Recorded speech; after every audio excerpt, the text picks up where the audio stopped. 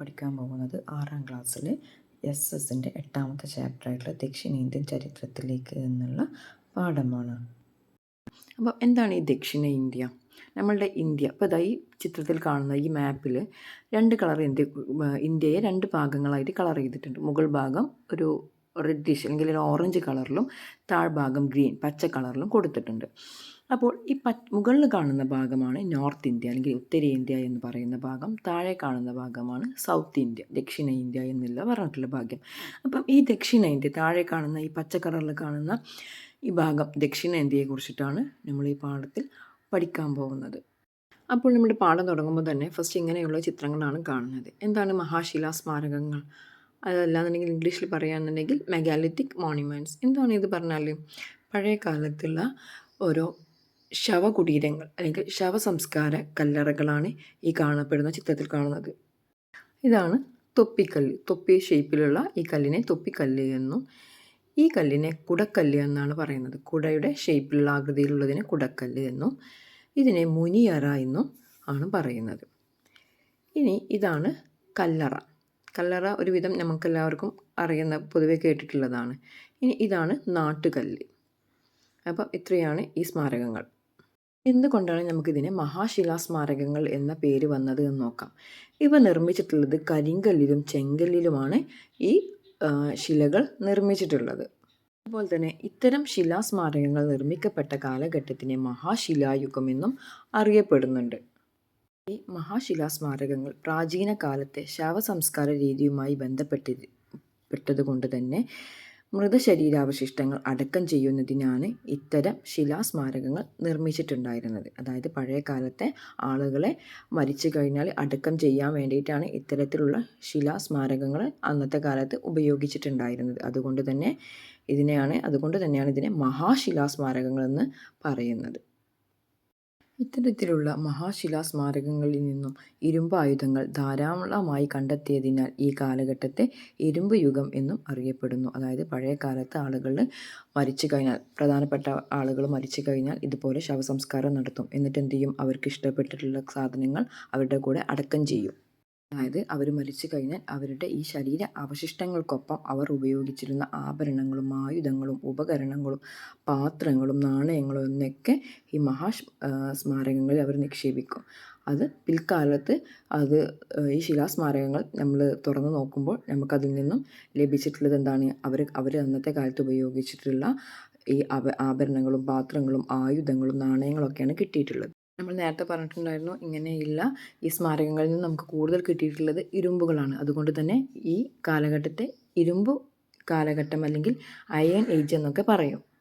നമ്മൾ ഇത്രയും ഭാഗം പറഞ്ഞതിൻ്റെ നോട്ട്സ് നമുക്ക് എഴുതാം, എന്നിട്ട് അടുത്ത ഭാഗം പറയാം. കുടക്കല്ല്, തൊപ്പിക്കല്ല് ആൻഡ് മുനിയറാസ് made of granite and laterite are known as megalithic monuments.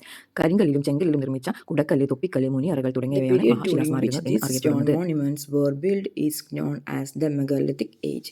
ഇത്തരം ശിലാസ്മാരകങ്ങൾ നിർമ്മിക്കപ്പെട്ട കാലഘട്ടം മഹാശിലായുഗം എന്നും അറിയപ്പെടുന്നു. Along with the remains of the dead, ornaments, weapons, tools, vessels, and coins that they used were also found from megalithic monuments. ശരീര അവശിഷ്ടങ്ങൾക്കൊപ്പം അവർ ഉപയോഗിച്ചിരുന്ന ആഭരണങ്ങൾ, ആയുധങ്ങൾ, ഉപകരണങ്ങൾ, പാത്രങ്ങൾ, നാണയങ്ങൾ എന്നിവയും മഹാശിലാസ്മാരകങ്ങളിൽ നിന്നും കണ്ടെത്തിയിട്ടുണ്ട്.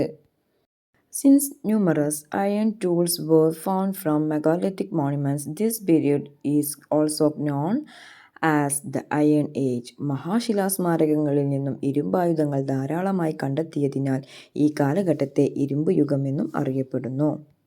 നമ്മൾ അടുത്ത് നോക്കാൻ പോകുന്നത് ദക്ഷിണേന്ത്യയിലെ രാഷ്ട്രീയ രൂപീകരണത്തിനെ കുറിച്ചിട്ടാണ്. പഴയകാല ദക്ഷിണേന്ത്യ ഭരിച്ചിട്ടുണ്ടായിരുന്നത് പാണ്ഡ്യ, ചേര, ചോള എന്നിങ്ങനെയുള്ള രാജവംശമായിരുന്നു.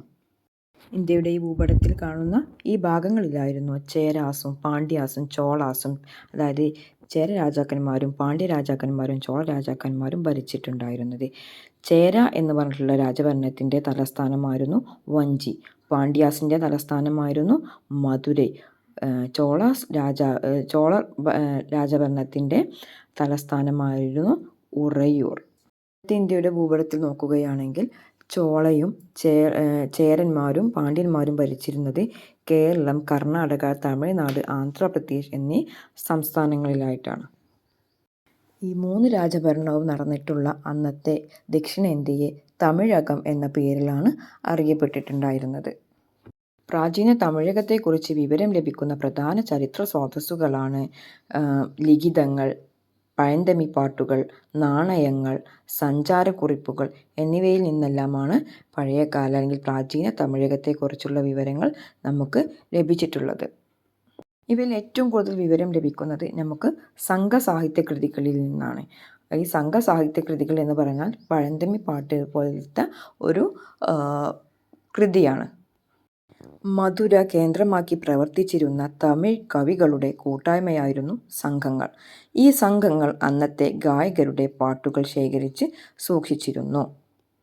അതിനാൽ ഈ പാട്ടുകളെ സംഘം കൃതികൾ എന്നും ഈ കാലഘട്ടത്തെ സംഘകാലം എന്നും വിശേഷിപ്പിക്കുന്നു. സംഘം കൃതികൾ ഉൾപ്പെട്ട പഴന്തമി പാട്ടുകളിൽ പ്രാചീന തമിഴകത്തെ ജനജീവിതത്തെക്കുറിച്ച് പറയുന്നുണ്ട്. പ്രാചീന തമിഴകത്തെ ജനങ്ങൾ ജീവിച്ചിരുന്നത് കൃഷി ചെയ്തും കാലികളെ മേച്ചും ഉപ്പ് കുറുക്കിയും വിഭവങ്ങൾ കൈമാറ്റം ചെയ്തുമാണ്. നമ്മൾ ഈ പഠിച്ചിട്ടുള്ള കാര്യങ്ങൾ നമുക്ക് നോട്ടാക്കി എഴുതാം. South Indian region was known as Tamilakam in ancient times. ദക്ഷിണേന്ത്യൻ പ്രദേശം പ്രാചീനകാലത്ത് തമിഴകം എന്ന പേരിലാണ് അറിയപ്പെട്ടിരുന്നത്.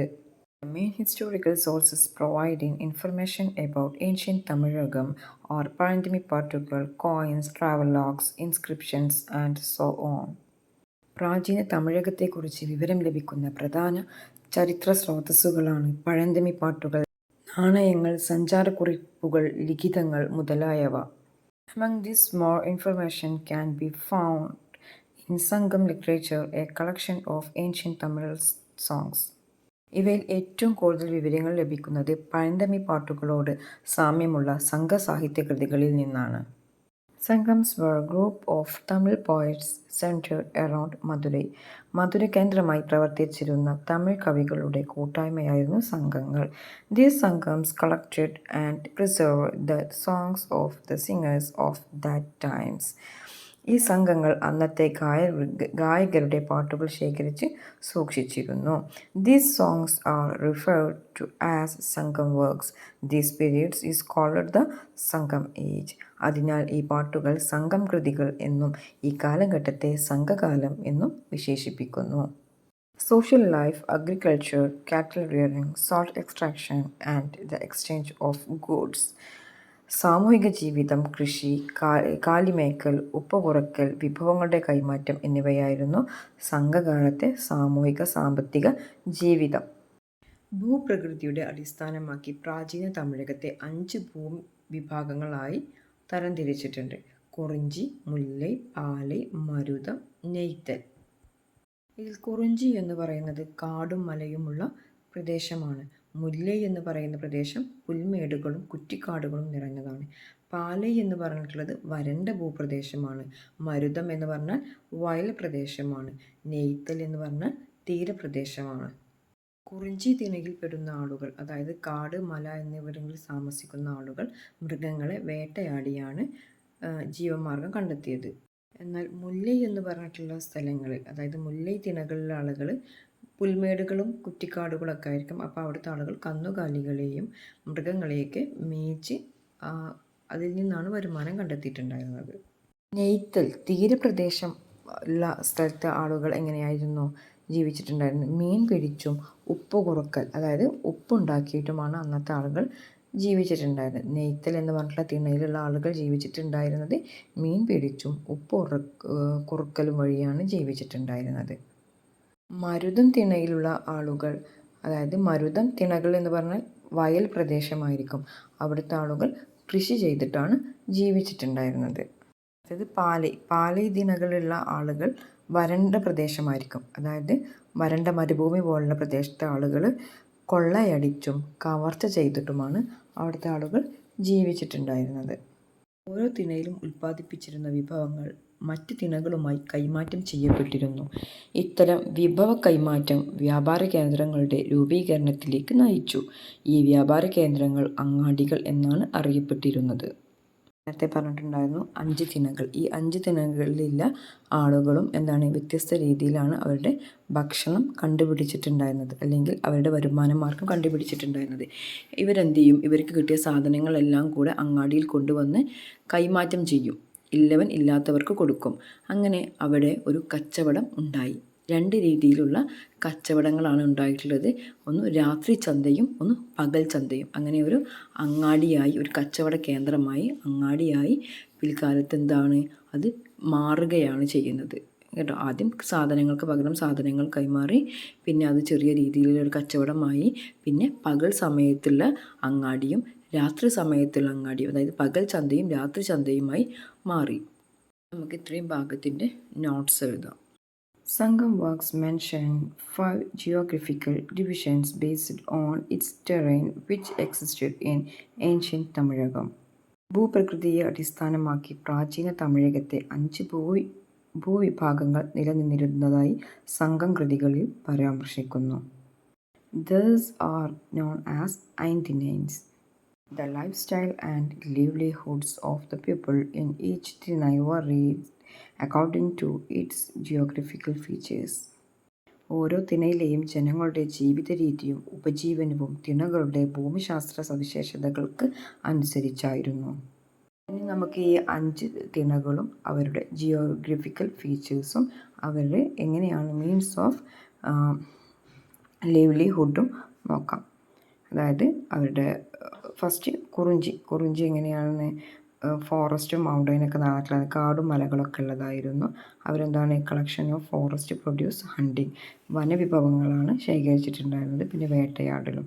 പിന്നെ മുല്ലൈ എന്ന് പറഞ്ഞ പ്രദേശം എങ്ങനെയായിരുന്നു? ഗ്രാസ് ലാൻഡ് ബുഷസ് ആയിരുന്നു, പുൽമേടുകളും കുറ്റിക്കാടുകളുമായിരുന്നു. അവർ കാറ്റിൽ റിയറിങ് ആയിരുന്നു, കന്നുകാലി മേക്കലായിരുന്നു. നെക്സ്റ്റ് പാലെ എറൈ റീജിയൻ ആയിരുന്നു, വരണ്ട പ്രദേശമായിരുന്നു.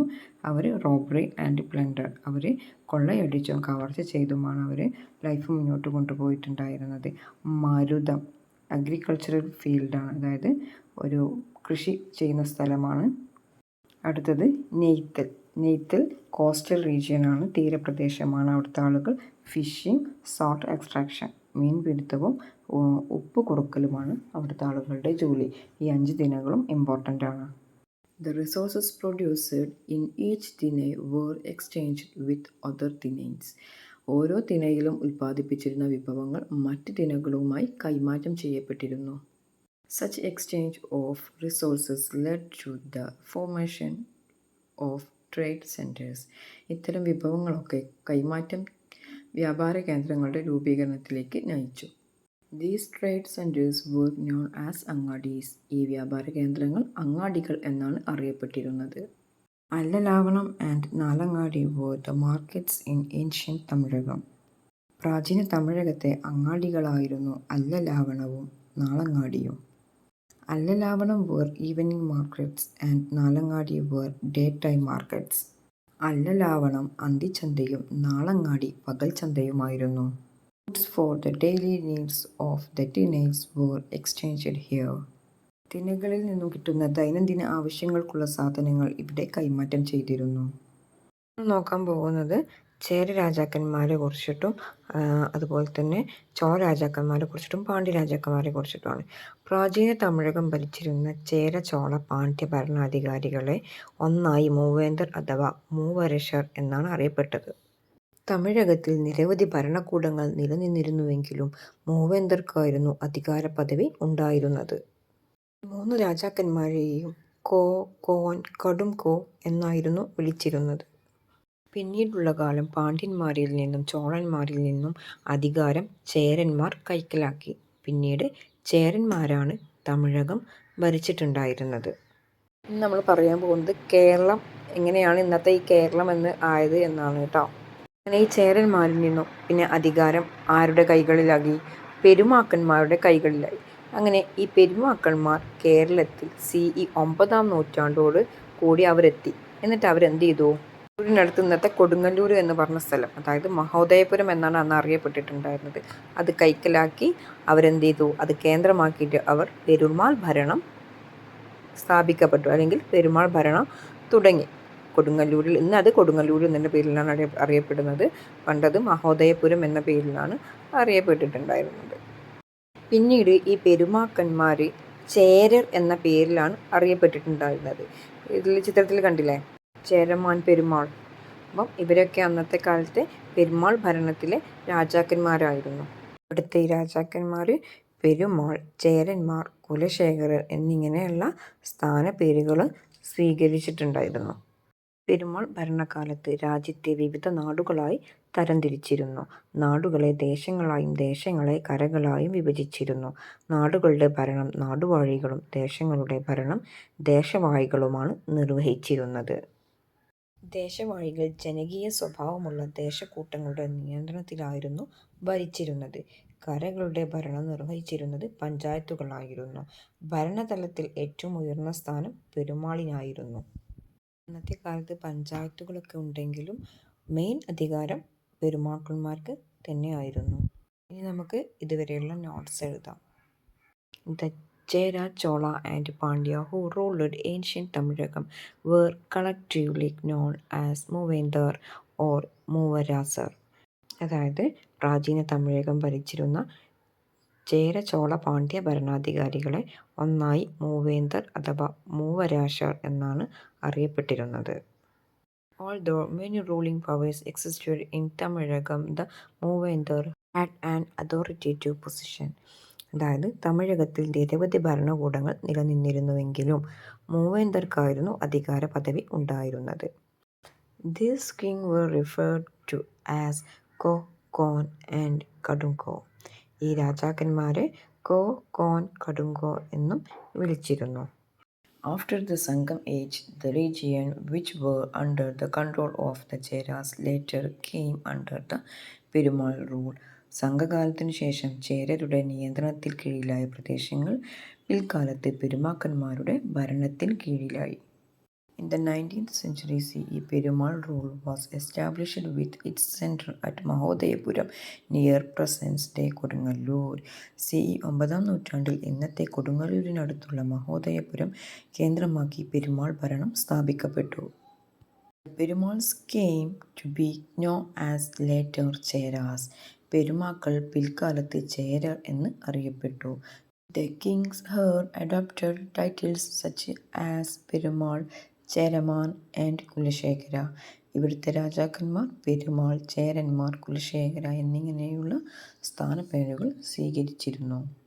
During the Perumal rule, the kingdom was divided into various nads. Perumal ഭരണകാലത്ത് രാജ്യത്തെ വിവിധ നാടുകളായി തിരിച്ചിരുന്നു. The nads were further divided into ദേശംസ് and ദേശംസ് into the karas. നാടുകളെ ദേശങ്ങളായും ദേശങ്ങളെ കരകളായും വിഭജിച്ചിരുന്നു. Nads were administered by നാടുവാഴീസ് and the ദേശംസ് were administered by ദേശവാഴീസ്. നാടുകളുടെ ഭരണം നാടുവാഴികളും ദേശങ്ങളുടെ ഭരണം ദേശവാഴികളുമാണ് നിർവഹിച്ചിരുന്നത്. ദേശവാഴീസ് ruled under the control of ദേശക്കൂട്ടംസ് which were popular in the nature. ദേശവാഴികൾ ജനകീയ സ്വഭാവമുള്ള ദേശക്കൂട്ടങ്ങളുടെ നിയന്ത്രണത്തിലായിരുന്നു ഭരിച്ചിരുന്നത്. The panchayats rules karas. The Perumals was at the top of administrative hierarchy. കരകളുടെ ഭരണം നിർവഹിച്ചിരുന്നത് പഞ്ചായത്തുകളായിരുന്നു. ഭരണതലത്തിൽ ഏറ്റവും ഉയർന്ന സ്ഥാനം പെരുമാളിനായിരുന്നു.